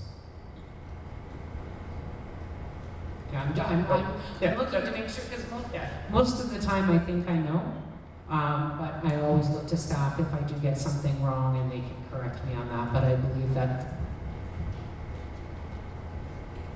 so the province is looking at changing that, but it is not currently available for enforcement under AMPS. Okay, so in some cases there are provisions that are almost identical in the zoning bylaw to what would be in a separate municipal bylaw. So in those cases, citizens would have the right to go to court, as you said, as opposed to going through AMPS, if that were to happen? So if an offense was similar to something that, say, either fell under our property standards bylaw, which is currently in the process of being revised, property standards is enforceable through AMPS, but the zoning bylaw is not. The building code is not. Okay, so another key issue that I feel like hasn't been brought up yet, there's been a lot of good points brought up tonight. And there's been many discrepancies pointed out between different sections of the zoning bylaw where people are questioning if something applies or doesn't apply. And in section 1.4b, this hasn't been brought up tonight, but it reads, in the event of an inconsistency or conflict between two or more provisions in this bylaw, the more restrictive provision shall apply. I consider that to be very dangerous, and I would like to see it reworded to say the least restrictive provision shall apply. Because otherwise, all of the questions that have been answered tonight that put people's minds at ease will be totally different if there's a new council or new staff 4 or 5 years from now, and they've forgotten about all the answers that have been given by email and at meetings. They're just going to read the text, and they're going to take the most restrictive provision. So I'm suggesting very strongly change that to say the least restrictive provision.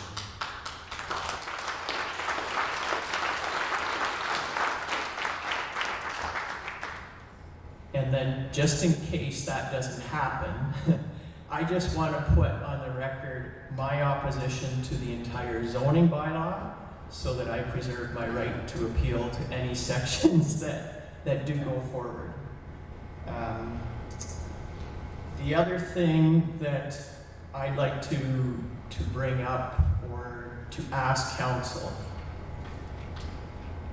do any of you intend to shut down our business? Just put your hand up if you want to.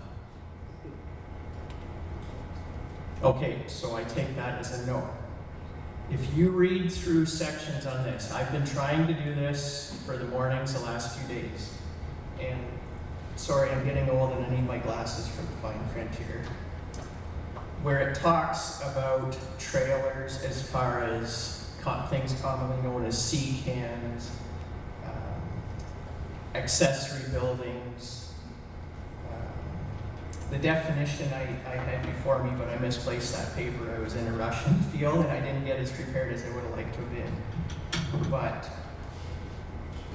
there are different sections where it says, no accessory building or structure shall be used for human habitation or in occupation for gain, except for a permitted sleeping cabin, it is an additional residential unit, or for a home-based business. And there's another section somewhere in there that says no sales. So in our business, we haven't hidden this. We've actually repurposed trailers for a warehouse for our online farmers market and a licensed and inspected kitchen. We have a weeping system. We have all these things. It's actually kind of in our MO for what we do as an organic farm, that we want to repurpose these things, and we're proud of that.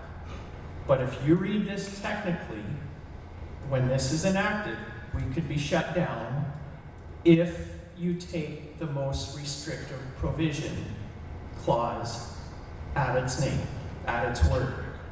So I want to make sure that that gets addressed, because there will be other businesses in West Nipissing that are unwilling to come forward and speak because they don't want to put a target on their back. So I'm saying to council that when you're looking at these provisions, we need to realize that not all of us are the same. When we're looking at the trailer bylaws, a lot of folks are struggling and trying to find a way to survive. So we need to put ourselves in somebody else's shoes. And we need to understand that we're not all the same. We need to respect property rights, like many other speakers tonight have talked about. And if you only take one thing out of what you do tonight, change 1.4b to the least restrictive. And that will probably be the one thing we can do that will help the most people in West Nipissing.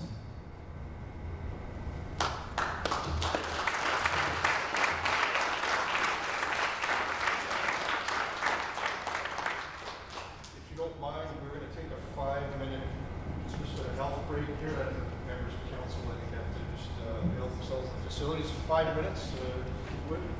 Be great, thanks.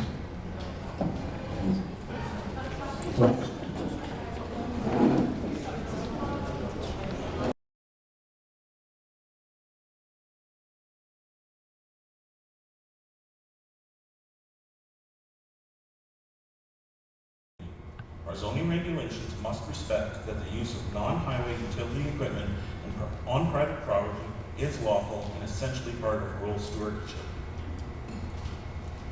Section 4.26.1a, 3 and 4.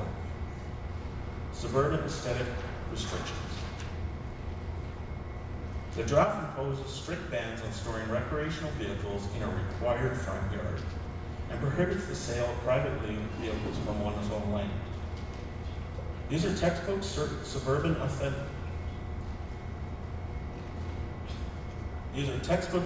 rules being forced onto rural landscape. They ignore the fact that in West Nipissing, the front yard is often a deep, expansive area where the dwelling is set hundreds of feet back from the road. Furthermore, prohibiting a resident from selling their own private asset, like parking a trailer or a truck, on their land with a for sale sign is an unwarranted interference in private commerce. Consider a property owner on a deep tree-ruled lot. The front acreage is frequently the only safe, accessible, and practical location for storage. Applying a cookie-cutter urban front yard ban does not protect our community character. It creates impractical, impossible constraints. Strike these clauses in their entirety. These regulations are the definition of aesthetic policing. Vacant lot ownership restrictions. Section 4.26.1b, 1 and 2. The draft prohibits storing recreational vehicles on lots without a principal dwelling and mandates that trailer owners must be the registered owner of the lot. This ignores the reality of the land development. Property owners frequently hold and improve vacant land with long-term intent to build or develop it. Penalizing them for storing their equipment during that process is illogical. Council has no legal basis or legitimate planning purpose to police private friendly agreements between neighbors or family members regarding the storage of personal assets. It is common for a family to own a beautiful undeveloped parcel of land that they are slowly clearing for a future home. During this years-long process, that lot is the primary staging ground. Forbidding them from keeping their trailer on that site is a direct barrier to development. Strike these sections entirely. They serve no planning function, infringe on personal autonomy, and create an unnecessary hurdle for those trying to improve our land. Section 4.26.1b3, subjective vagueness. The draft utilizes undefined subjective terms like in good repair and serviceable condition to regulate property. By leaving these terms undefined, the municipality effectively grants bylaw officers the power to act as aesthetic police. Decisions are no longer based on objective, measurable planning criteria, but rather on the personal opinion of an individual officer. This creates a high risk of selective and arbitrary enforcement, which has no place in fair municipal bylaws.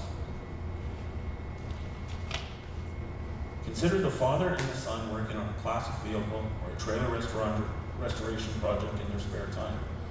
Under these vague rules, that project could be labeled as dilapidated or unserviceable by a bureaucrat, just because it doesn't look finished by someone else's aesthetic standard. Strike these vague terms immediately. Regulations governing our private property must be based on clear objectives and measurable criteria that any resident can understand and follow. We are a community of doers, people who clear their land, restore their own equipment, and manage their own assets. You cannot govern that spirit with vague definitions, backdoor tax schemes, and suburban aesthetic policing. These clauses are not planning tools. They are obstacles to the very lifestyle that make West Nipissing what it is. I'm asking you, stop looking at these as sections to be enforced and start looking at them as rights to be respected. Strike these sections, stop the overreach, and get us back to the business of living on our own land. Thank you.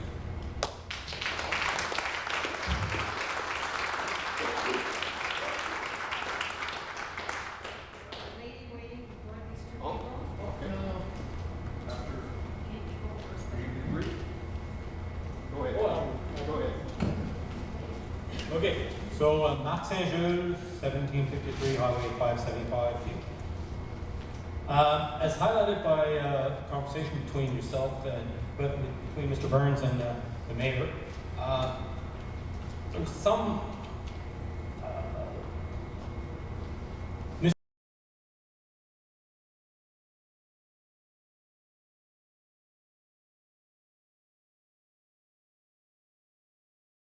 Give them to them.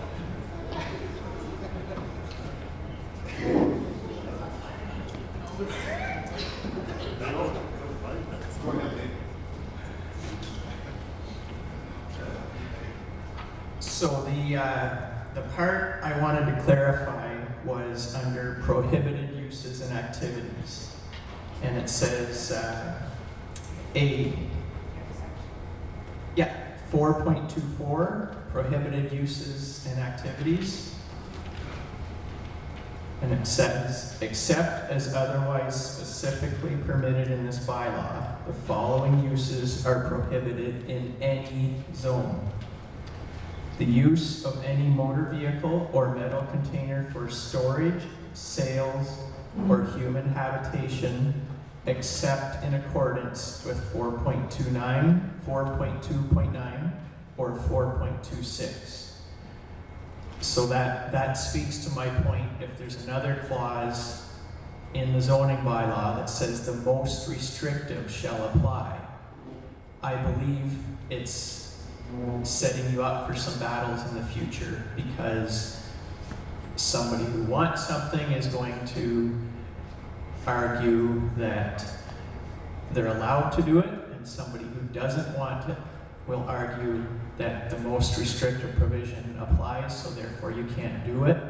And something that's this big of a endeavor, you need to get things like that straight.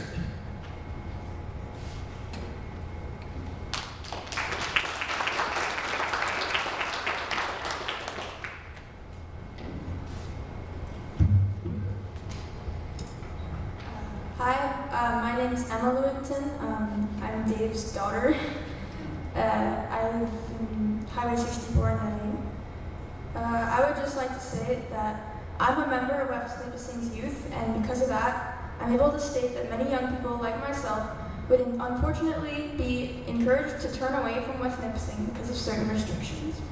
I believe that council should consider the effect of these laws against the future of West Nipissing. One concern I have is that, as a business owner myself, restrictions have been put in place that would put me out of business. I believe that the majority of our community enjoys seeing young entrepreneurs, such as myself, make a name for ourselves in West Nipissing.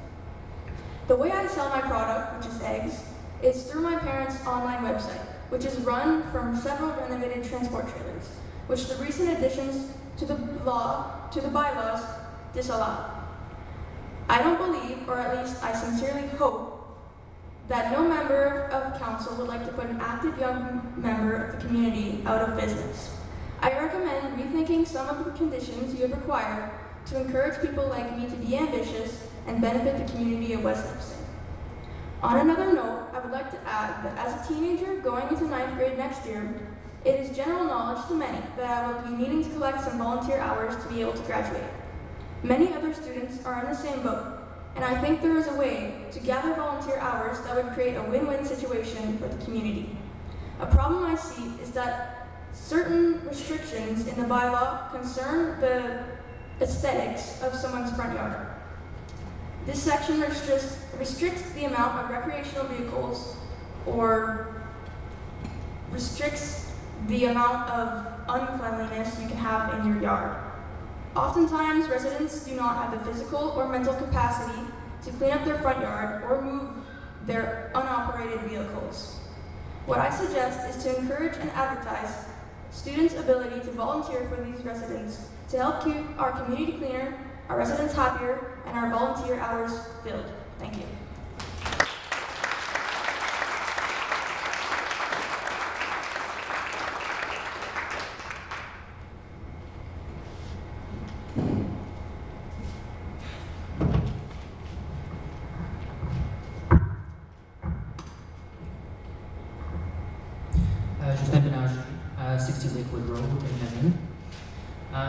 I just had I have a few points. I agree with a lot of what's been said here tonight. First point that I would like to make is the restriction of only one additional dwelling unit, or one additional, whatever you guys call it, additional residential unit on shoreline residential. I don't really. I understand in previous discussions between council that a concern was brought that some at-capacity lakes were, they didn't want to overdo the at-capacity lakes of particular lots. But I don't think that a complete singling out of all shoreline residential properties, especially extreme or large ones such as mine, I've got 10 acres. I don't see why I would only be allowed to have one additional unit as opposed to a residential one that can have 2 residential units on an extremely much smaller lot than mine. I don't really think that makes a lot of sense. If there is specific restrictions for any at capacity lakes or anything like that, perhaps other points could be made. But I think a blanket ban on the shoreline residential lots aren't a great idea. Second point, I'd like to come back to 426(1)(b)(1), our favorite for the night. Your recreational vehicle shall be stored on a lot which does not contain a principal dwelling except for in shoreline residential zones, which shall have a limit of 2 camping trailers stored on a lot. From previous drafts of this bylaw, when you guys were discussing the limit of trailers on those lots, in that table you guys had said that you'd be able to have 2 trailers on that lot. Now I know that number is no longer part of this bylaw, but let's say that I was one of those persons that had those 2 trailers on that lot using it during the summer. This would mean that I can't store my boat on shoreline property. That makes no sense whatsoever. How can I not store my boat on a shoreline property and be able to live in a trailer on that property? That makes absolutely 0 sense. Point 1, and the other thing was when you guys were discussing this point I'm going to say last council meeting, I don't remember exactly which date it was. When you guys were removing things and changing things, it was often mentioned, councilors were often questioning, does this apply to rural laws, does this apply to, and the answer was always, no, it only applies to R1, R2, R3, R4. Well, it also applies to SR, which often are much larger lots and obviously not in the middle of town. So I really don't understand why that I wouldn't be able to store a boat, a quad, or any other recreational vehicle and live there at the same time.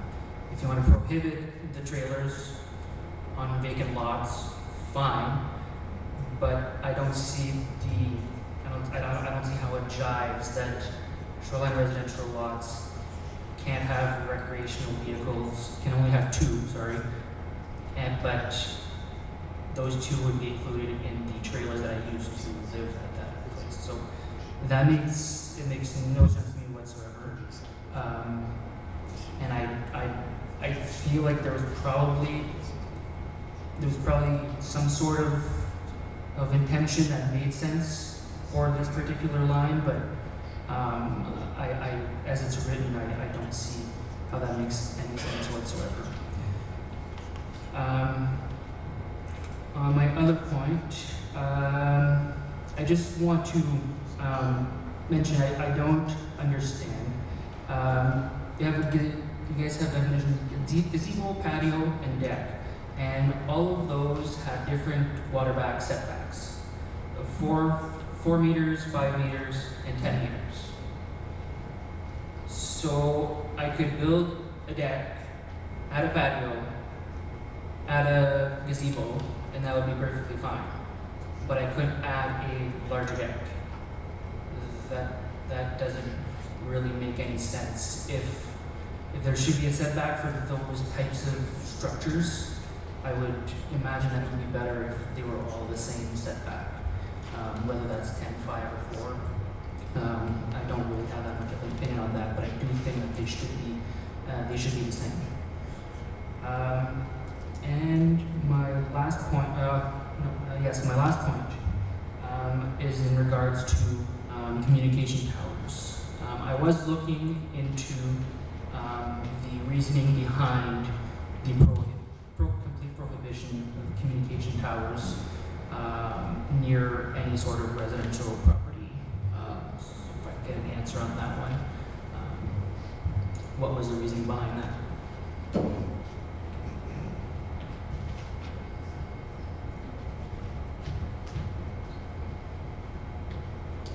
Sorry, I'm trying to remember off the top of my head. I do know that there is provincial legislation or federal guidelines that speak to certain distances, and I believe that those were aligned with those policies and similar to other municipalities, but fortunately that's not on the top of my mind right now, so I don't have an answer for you right now, but it's certainly something we could look at. Okay, yeah, I'm just wondering because like when you think communication tower, you think a big giant tower, it can go up like 100 feet, 200 feet, whatever, they'll use it for their cellular and whatever else not. But that could also include you just needing to go a little bit higher to place your Starlink on the top of that tower to be able to get the signal you need to get internet. So I don't see that being a benefit of complete restriction. If there are certain types of towers or equipment that can't be placed because of federal regulation, fine. But communication tower is very, very all-encompassing and encompasses anything that anybody uses for any sort of internet or any sort of other hobbies, such as ham radios and stuff. So I don't think that if there's any room on that, some restrictions or something like that, but not a blanket ban on 250 meters from any residential property. I think that's it. Thank you.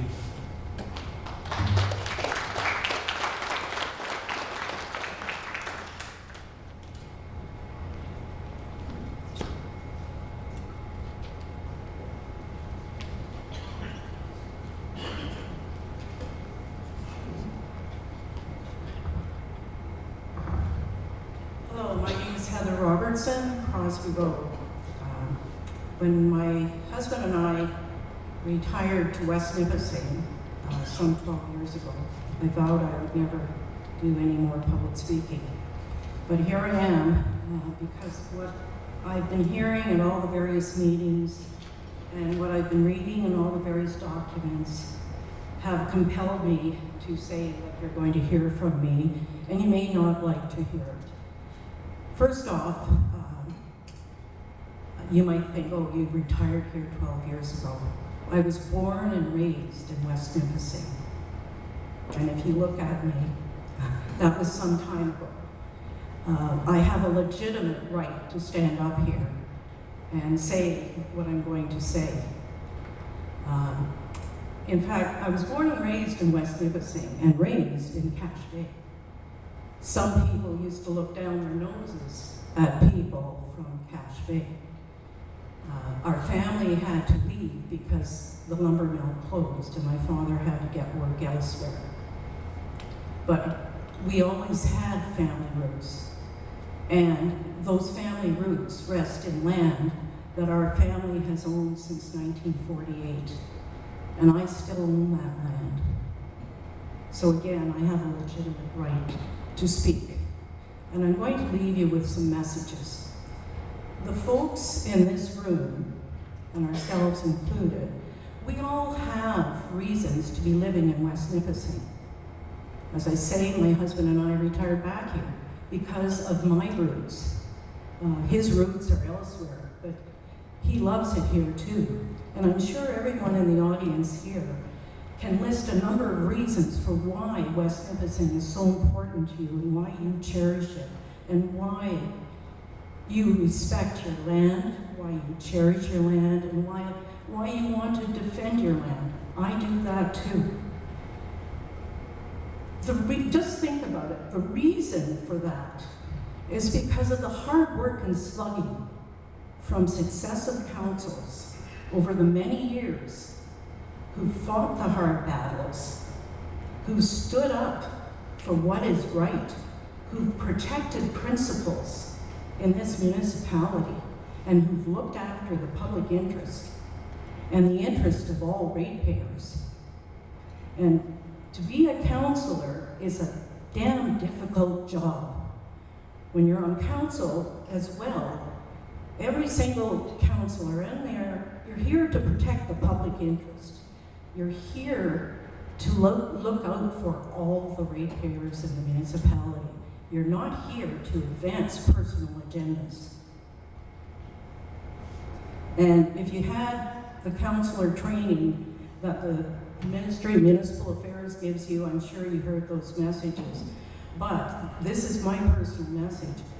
And I know there are personal agendas on every single council, and every single council over the years has not been able to get the job done perfectly. And you're not going to have a perfect official plan, and you're not going to have a perfect zoning bylaw. But my goodness, let's look after all the interests of all ratepayers.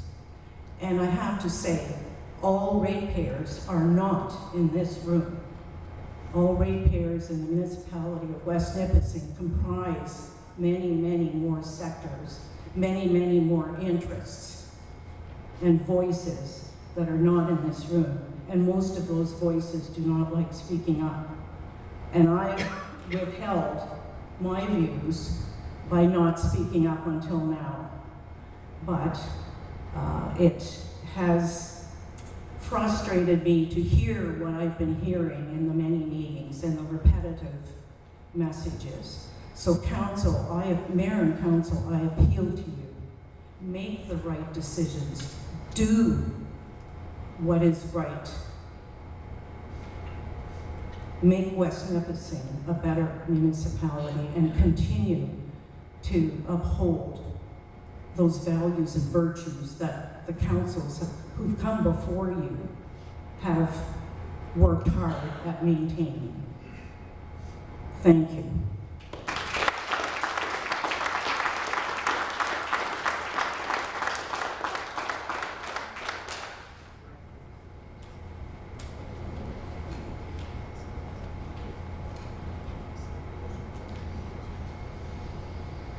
Good evening. Hello. Claire Bern, de Maravern. Can I ask a question, non-confidence question? That was brought up a little earlier, but I didn't get clarity. If there are changes that you bring to the next draft, which would be 4, I guess, version 4, will there be a public meeting before it's approved? And 2, can you add to what's in draft 3? Example, will you add, suddenly we're gonna bring back the limit of trailers. But we've not commented on that on draft 3 because it's not in there.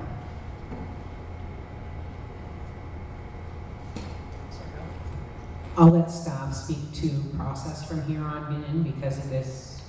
No, I didn't know if, I asked like. So it would be council's decision to determine if the changes that have been made are substantial enough to require additional consultation. So that will likely be part of our discussion when we discuss version 4. At this time, it is not scheduled to have us another public consultation, but it really will just depend on what comes out of this, but not currently. Thank you.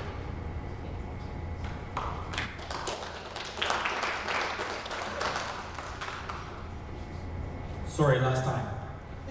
Marc Saint-Jules, 1753 Highway 575 in Field. What I'm seeing here, and the gentleman that was farming guy, he raised a point that the least or the most restrictive point. So the lady that was just here said they removed the number of trailers. But did they really? If you look at 4.26.1b, I can't store trailers. So more than 2 trailers. So if I leave for a weekend, if I leave for the week, are they stored while I'm gone? If I leave for a kayak ride, are they stored while I'm gone? So if we go by the most restrictive, there are limits right now. And there should not be. Stored is not defined. I don't know if you have any comments for that. Thank you.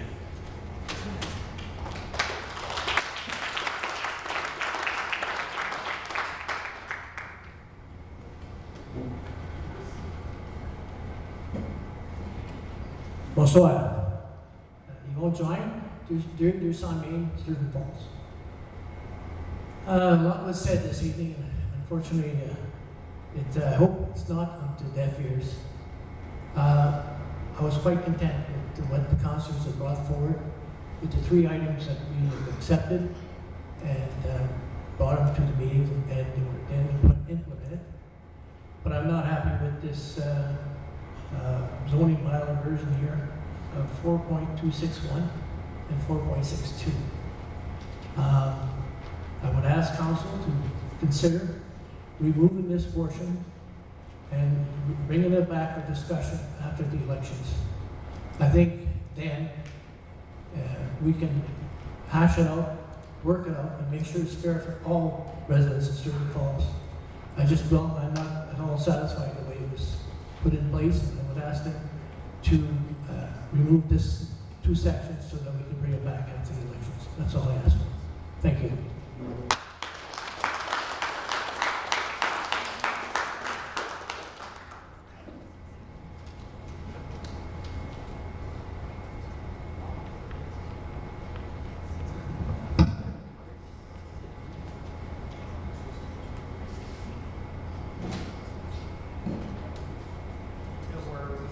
I don't have questions or need clarification. I just want to say thank you for listening to the public this evening. I do hope that when you do hash out the discussion of the public comments, that there's going to be an opportunity for the public to view and to also provide their final comments in fairness to them. And I also want to take the opportunity for the active engagement of citizens throughout the entire municipality. I have to say, I've done the exercise in the past, and I've never seen this level of engagement des gens de toutes les communautés de la municipalité. So I think they really have something at heart, and I think there has to be some compromise to incorporate what they are asking. And I don't think they're asking for the moon, they're only asking for their rights. And I hope that this evening, I just need clarification. At the last consultation, we were asked to write down our name, and if we wanted to receive update along with our email, I didn't get any. I added it again this evening, so I do hope that when the next draft does come out, I can get it at the same time you guys get it. Thank you. Merci.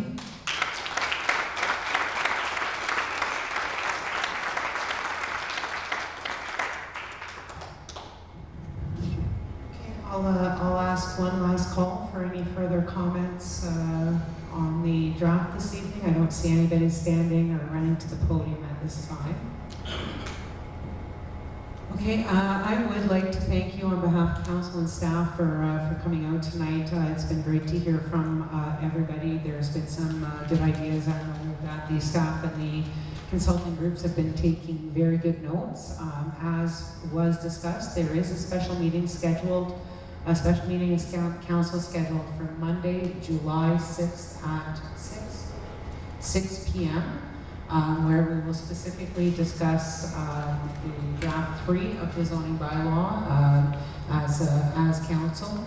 And then after that, version 4 will be made available prior to the regular meeting of council on July 14th. Again, thank you very much to all of you for being here tonight. Thank you for council for listening so carefully. And thank you to all of our staff and the folks from Planscape for being here to facilitate as well. And with that, Madam Clerk.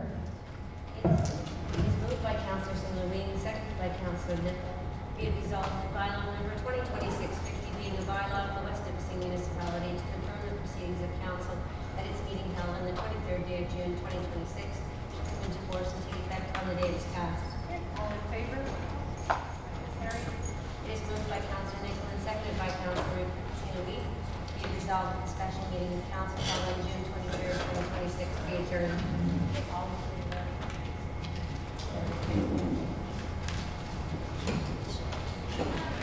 Thanks, everybody.